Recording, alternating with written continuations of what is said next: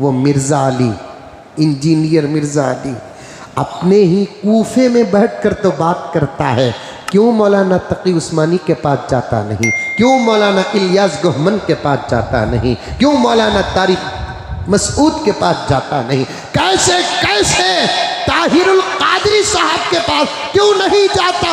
जरा इख्तिलाफ है हमारा ताहिरुल कादरी साहब से, गर्चे के बरेलवी मसलक से ताल्लुक़ रखते, लेकिन जय्यद आलिम दीन तो है, गहरा इल्म तो रखते हैं। अगर ये हक और सच पर होता, उम्र में भी छोटा है, इल्म का हिसाब भी बाद में हो जाएगा, डायरेक्ट जाकर कहता जो कहता है चैनलों में बैठकर बंद किताबों को रखकर काली पीली पगड़ी पहनकर बातें ऊंची नीची करके कुरान तक सही पढ़ना नहीं आता, हदीस की इबारत सही पढ़ना नहीं आता, तर्जुमा सही करना नहीं आता। किसके पास उसने नहू पढ़ा ये बताओ, किसके पास उसने सर्फ पढ़ा ये बताओ, किसके पास उसने फसाहत पढ़ी ये बताओ, किसके पास उसने बलागत पढ़ी ये बताओ। ये तमाम उलूम है ना मदरसों में पढ़ाए जाते हैं, इसको पढ़े बगैर तो कुरान का बिस्मिल्लाह का तर्जुमा भी नहीं कर सकते।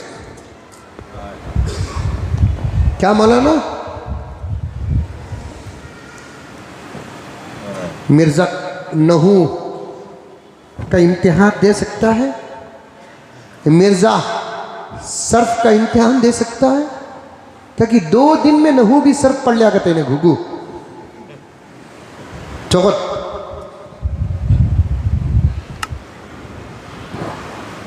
एक मौलाना आकर मुझे बोल रहे थे, मौलाना क्या करना, परेशान हूँ मैं।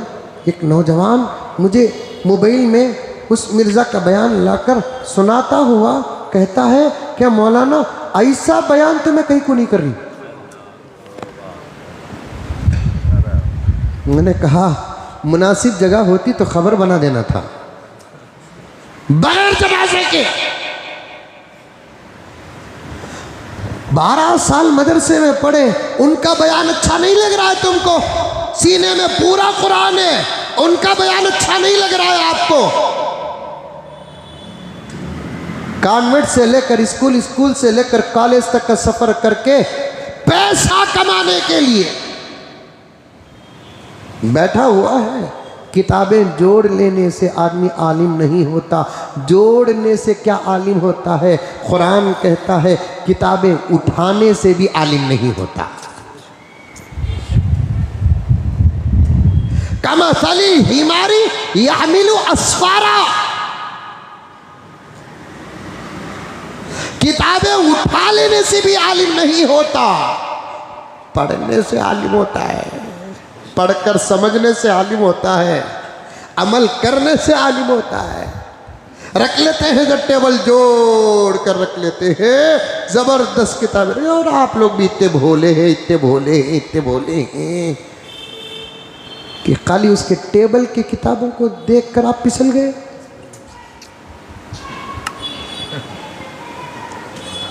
टेबल की किताबों को देखकर आप फिसल गए। तौबा तौबा तौबा तौबा।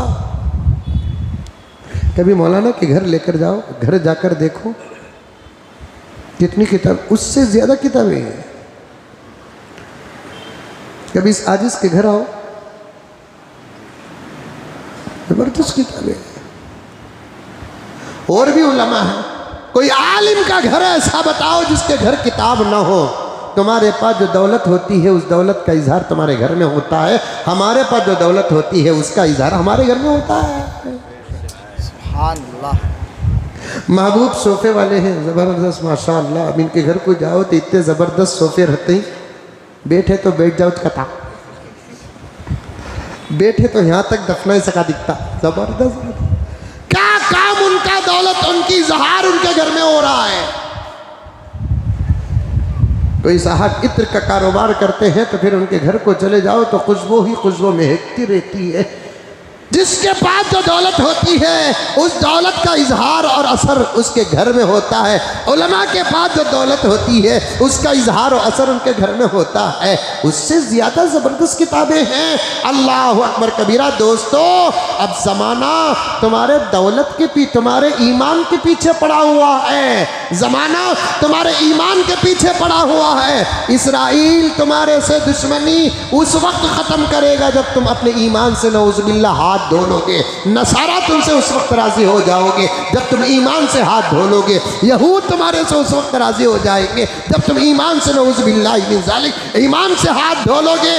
उसके अलावा समझौते का सवाल ही पैदा नहीं होता। और आज आपसे गुजारिश करता हूँ, इज्जतों से ज़्यादा, दौलत से ज़्यादा, दुकान से ज़्यादा, मकान से ज़्यादा, फैक्ट्रियों से ज़्यादा ईमान की हिफाजत करो। दौलत छोड़कर जाना ये बात आपके इल्म में भी है, और सब छोड़ कर जाना ये बात आपके इल्म में भी है। लेकर जाने वाली दौलत कौन सी है? ईमान है। अगर इसी में फसाद आ गया तो फिर खबर क्या होगा, हशर क्या होगा।